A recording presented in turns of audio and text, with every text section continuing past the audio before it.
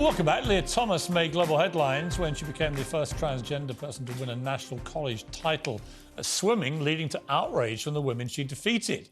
She was ranked 65th when competing as a man. Well, 3 months after that win, she was banned from competing against biological women, but she's now mounted a legal fight to overturn the ban and has potentially the Paris Olympics in her sights. I'm joined now by the former teammate of Lia Thomas, Stand With Women's spokeswoman Paula Scanlan, OutKick's CEO, Clay Travis, and political journalist and defender of the indefensible on these things, Ava Santina. So welcome to all of you. Let me start with you, if I may, Paula. You have competed against Lia Thomas. In your estimation, how unfair is it that Lia Thomas was allowed to compete against biological females and is now trying to seek legal redress to do so, but potentially removing one woman from the women's Olympic team? Yeah, it's incredibly unfair. I think just looking at the situation, Lia Thomas was the tallest person on both the men's and the women's team at the University of Pennsylvania. Just the height difference, the muscle difference, the length in bones, the body shape, and also the hormones that males have that women don't. That was obviously a huge factor in Lia being much better than the rest of us. To put it into perspective, the University of Pennsylvania has never had an NCAA female champion until Lia Thomas came around. And I think that really shows that our program went from hardly ever having anyone qualify for the NCAA championship to having somebody win an event. And you didn't actually compete against her, I think. You competed with her, is that right? Yes, I swam different events than Lia, but I was on the same team. Right. I mean, I've just seen, some of the video clips from some of the races she was in, both when she competed as a man and then as a woman. And the difference is just astounding. I mean, in one race, she was winning by over 50 seconds or something crazy. Yeah, and in that event, actually, the second place finisher was a University of Pennsylvania swimmer that lost to Lia by over 2 laps in the pool. And if you were a member of the women's Olympic team for the United States, a woman, and you lost your place to Lia Thomas now, how do you think you'd feel?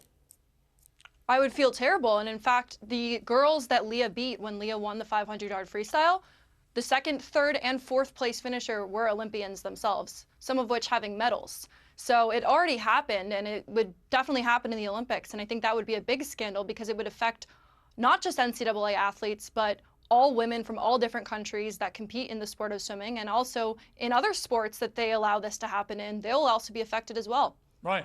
Clay Travis, I've got a feeling in like 10 years' time, maybe sooner, we're going to look back on this period of the existence of planet Earth and think, what the hell were we doing?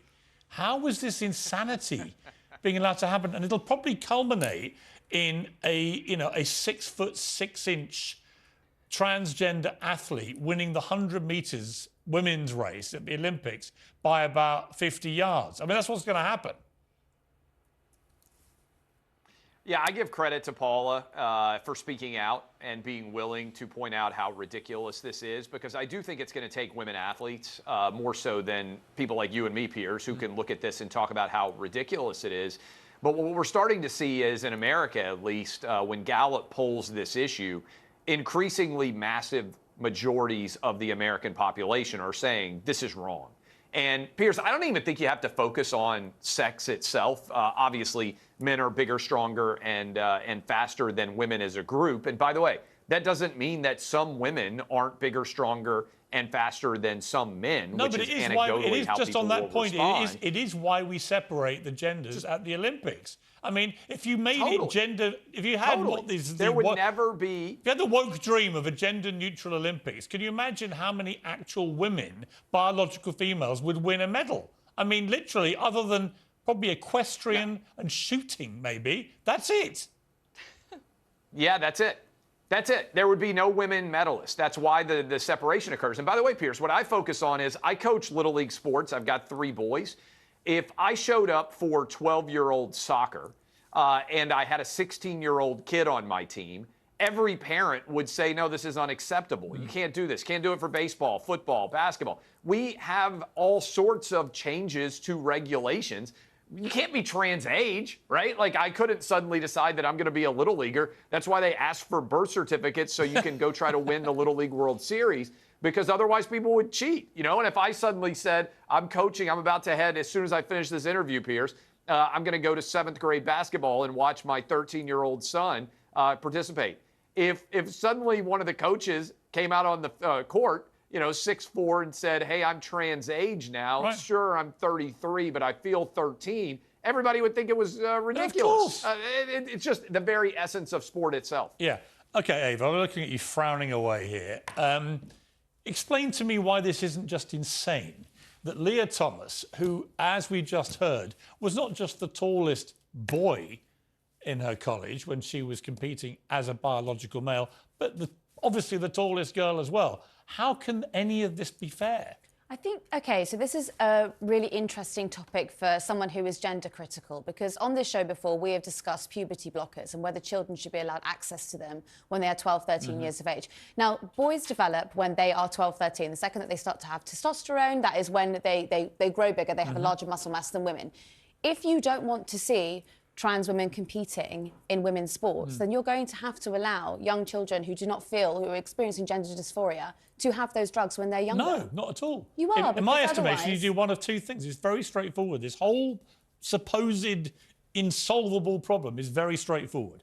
Trans women either compete against other trans women in an entirely new category, as there are more and more of them competing, or they compete against their biological sex, because that is the biology they've been born with. Tell me why that's not fair. I don't think it's fair that people who've experienced gender dysphoria when they're growing up and don't feel that they are in the right body should not be allowed to compete in sports. And if you're going to take away their rights... Why don't you care? Look, you go on about women's rights, and a lot of the time I agree with you. I want women to enjoy utter fairness and equality. I think this is fair. How can you possibly sign up to something that is so grotesquely unfair and unequal to women's rights? Because Lia Thomas didn't wake up one morning and suddenly decide, I'm going to be able to win in the women's category, so I'm going to That's switch. exactly what she's doing. That's not what happened. That's what she's doing. Lia Thomas, she is a woman, and so she is competing as a woman. She's a trans woman. She is a woman. She's a trans woman. We can go back and forth on She's this. a trans woman born with a biological male body, which gives her an immediate, massive advantage over women who weren't. So why aren't other members of her team happy that they're finally winning and qualifying for all of the things that they never qualified for because before? they can all see that it's unfair. Is it not a little bit of jealousy? No, it's just they know that at some stage Lia Thomas is going to probably win the Olympic gold medal. Oh no, that would be awful for America. Yeah, that would be terrible. It would be, here's why it's terrible.